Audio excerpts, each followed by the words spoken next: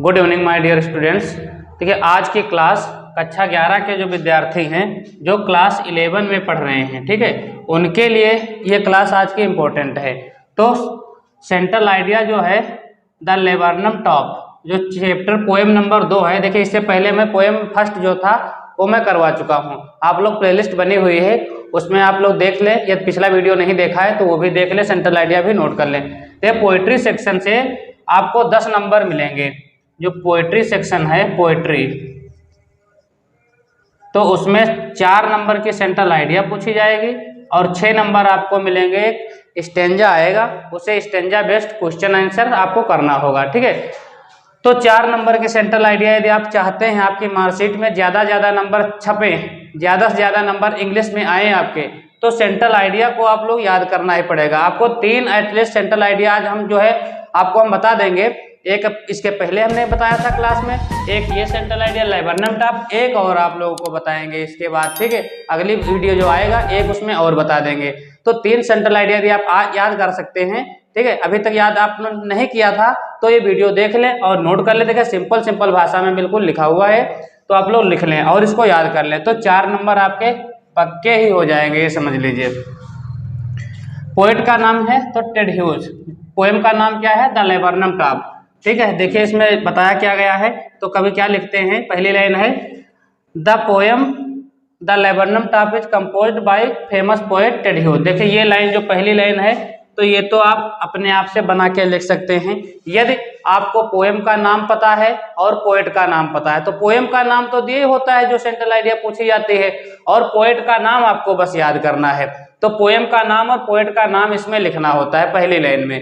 ये सभी में आप लिख सकते हैं, सभी पोएम का नाम याद कर लीजिए, पोएट का नाम याद कर लीजिए, एक लाइन आपकी बन जाएगी, ठीक।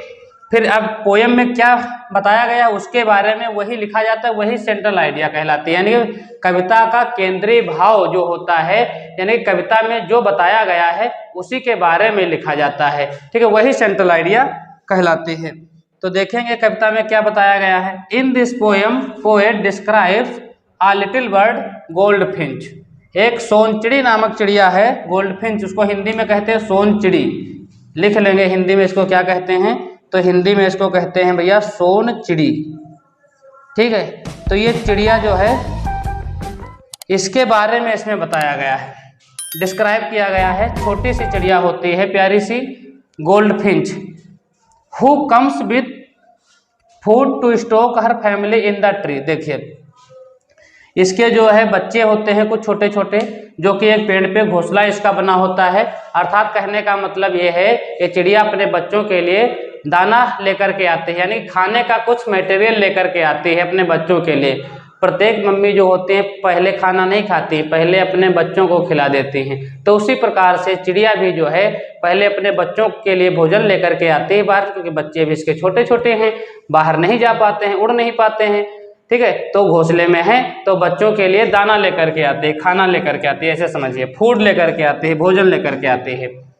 The whole tree trembles and thrills with various sounds of chitterings of her young ones, ठीक है। देखो यंग वंस इसका मतलब ये हो जाएगा जो छोटे छोटे युवा बच्चे थे, ठीक है, जो छोटे हैं अभी उड़ नहीं पा रहे हैं, वो सब चर्पिंग करने लगते हैं, चिटरिंग करने लगते हैं। कब?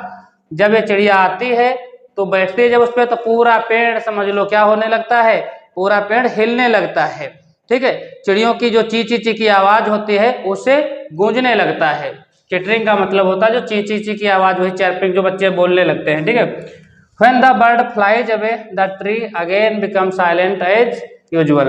जब चिड़िया चली जाती है, उड़ जाती है, तो फिर से जो पेड़ है पूरी तरीके से साइलेंट हो जाता है, यानी कि जैसे पहले शांत था, ठीक उसी प्रकार से फिर से हो जाता है क्या, पेड़। जो पेड़ पे जो चिड़िया जब आती है तो बच्चे सब चर्पिंग करने लगते हैं, यानी कि चहचहाने लगते हैं, यानी कि मम्मी आ गई, बड़ा खुश हो जाते हैं। कुछ जो खाना लेकर के आते हैं वो बच्चे जब खाने लगते हैं तो पेड़ चिड़ियों के चहचहाहट से भर जाता है। जब चिड़िया फिर से चली जाती है तो फिर सब एकदम शांत हो जाते हैं, यानी कि नीरस हो जाते हैं, दुखी हो जाते हैं।